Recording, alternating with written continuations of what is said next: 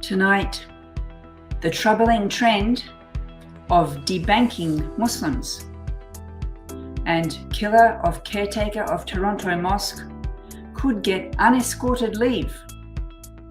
Later in the show, we revisit an interview with Shaykh Yaqub-Suleiman about his efforts to establish an Islamic Credit Union in Ontario. There's risks anyway, but when you get your return, you don't own that corporation. Assalamu alaikum. Good evening. This is Muslim News Canada on Muslim Network TV. I am Catherine Bullock.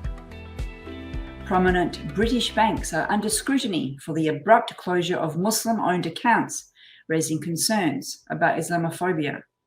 The Cordoba Foundation, a British think tank focused on bridging cultural gaps, found itself unable to settle invoices for a forum on Tunisian political tensions. Its head, Anas Al-Tikriti, revealed that NatWest suddenly closed its business accounts without explanation.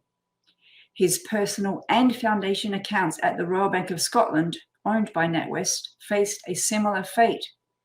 Then Barclays closed Al-Tikriti's accounts, indicating a trend. Dubbed de-risking, banks close accounts for perceived financial or legal risks, sometimes even reputational damage. A public outcry ensued after right-wing politician Nigel Farage's accounts were closed. It raised questions about banks' accountability.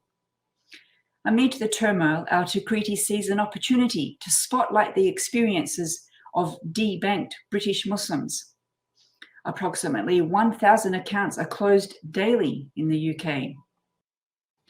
A panel has decided that the man responsible for the killing in 2020 of a Toronto Mosque caretaker will stay at the Centre for Addiction and Mental Health.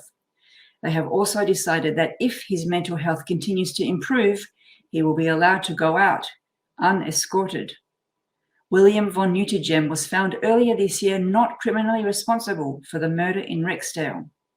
The Superior Court of Justice ruled in March that von Nuyttegem's actions were due to schizophrenia. It absolves him of responsibility for the stabbing of caretaker Mohammed Aslim Zafis.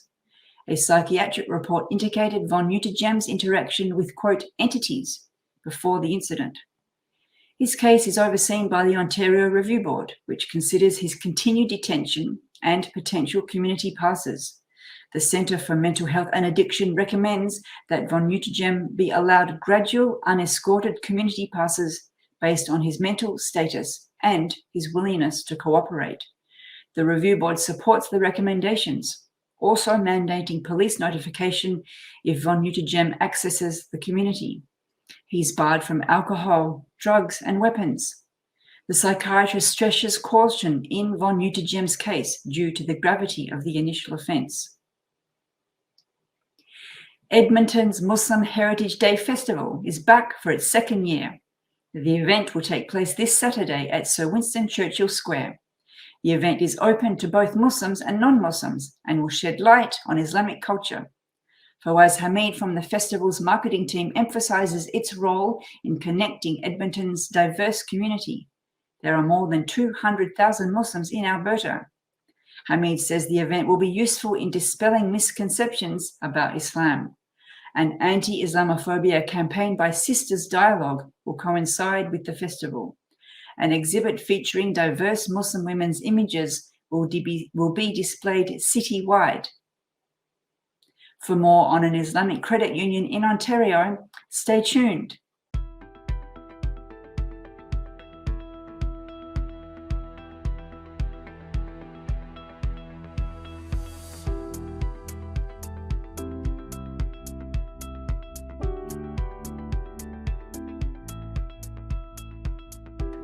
Welcome to the show, Shaykh Suleiman. Assalamu alaikum.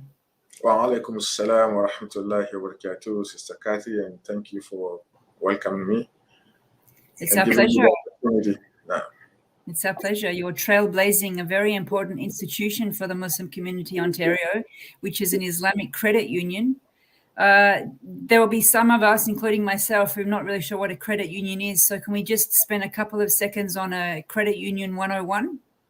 A credit union is simply a financial institution at the community level It will be owned by members of the community, and then it will be serving the community.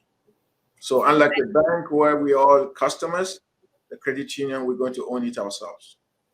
And is there anything different between a credit union and an Islamic credit union? Well, ordinary credit union is, we call it conventional. They operate on interest. As you know, credit is to offer a loan to members, and then they will charge interest. But Islamic credit union is strictly non-interest based. So I'm guessing that would be the reason. My next question is, why do we need an Islamic credit union? And I'm guessing it has to do with interest, but are there other reasons? Well, a lot of other communities own their own credit union, and we need to own our own so we can dictate our own economic well-being and our own financial obligations. Can you explain how that actually works? You said that it's different from a bank because the community members own the credit union. Walk us through what that means. It means everybody will buy a share, a portion of the ownership. So let us say that if we have 5,000 members and we ask everybody to pay $1,000 for $5 million, everybody has an equal ownership in the credit union, the base ownership. Yes, there will be more investments. People will might invest $5,000 more than the 1,000 or 10,000 more, and then they will get additional benefits like dividends on part of the profit.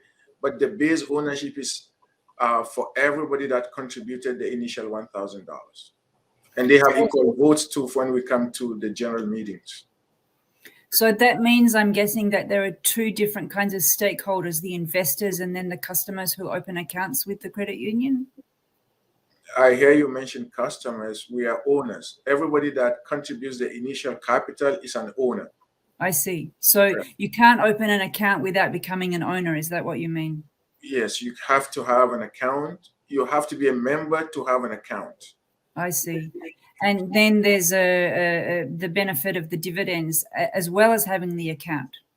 Yes, exactly. So the residual profits after if there's the same member invest $10,000 beyond the 1,000, he or she gets prior dividends, and then the residual dividends is equally shared among everybody that contributed the 1,000. So yes, there is additional benefit, or we call it residual benefit, and they own the credit union, so they make the decisions.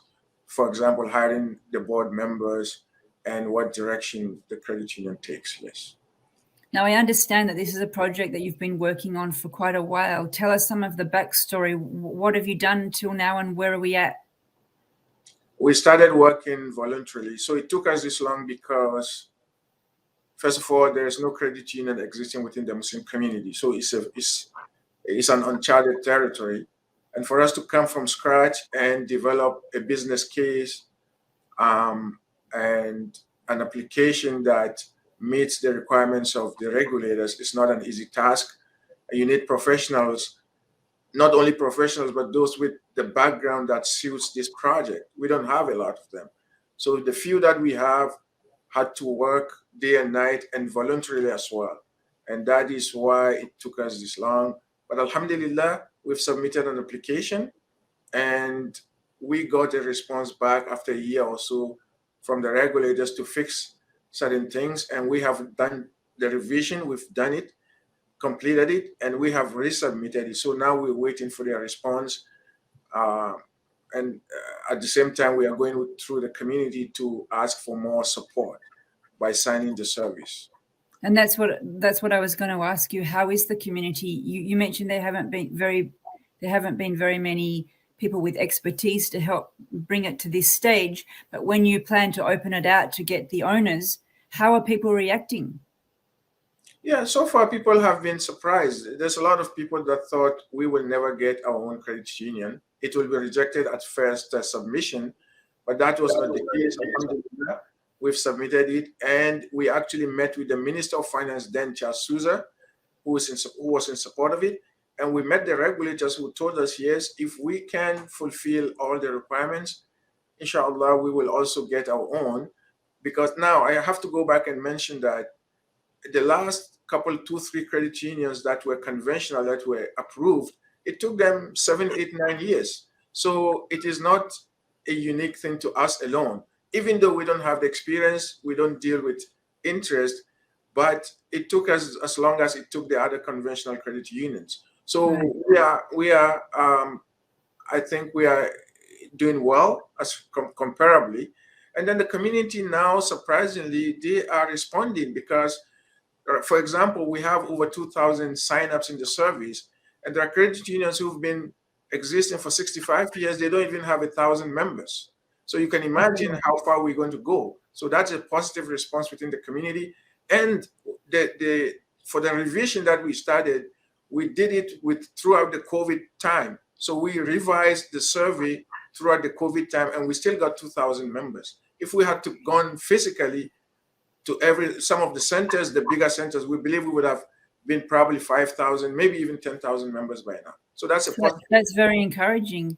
You haven't had to make the pitch then. There might be skeptical people who say, well, if I'm going to invest, I better invest in real estate or stock market. My returns will be better than in a credit union. Have you had those sort of skeptical people that you've had to win over?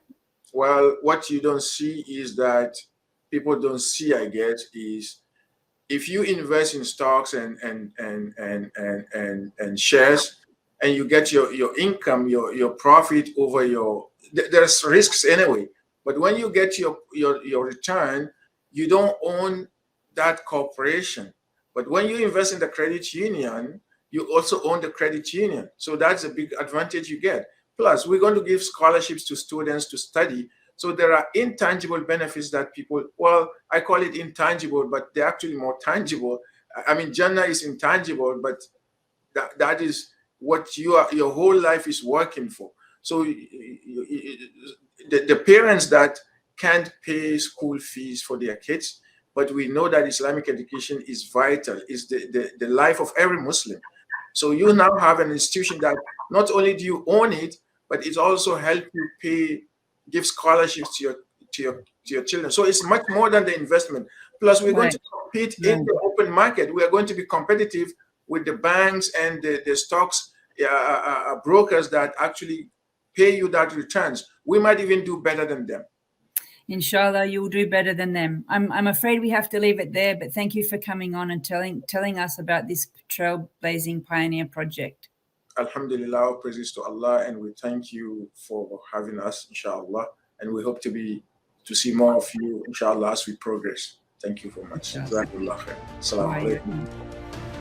You've been watching Canadian Muslim News on Muslim Network TV. Stay tuned for the next episode. Stay safe and God bless.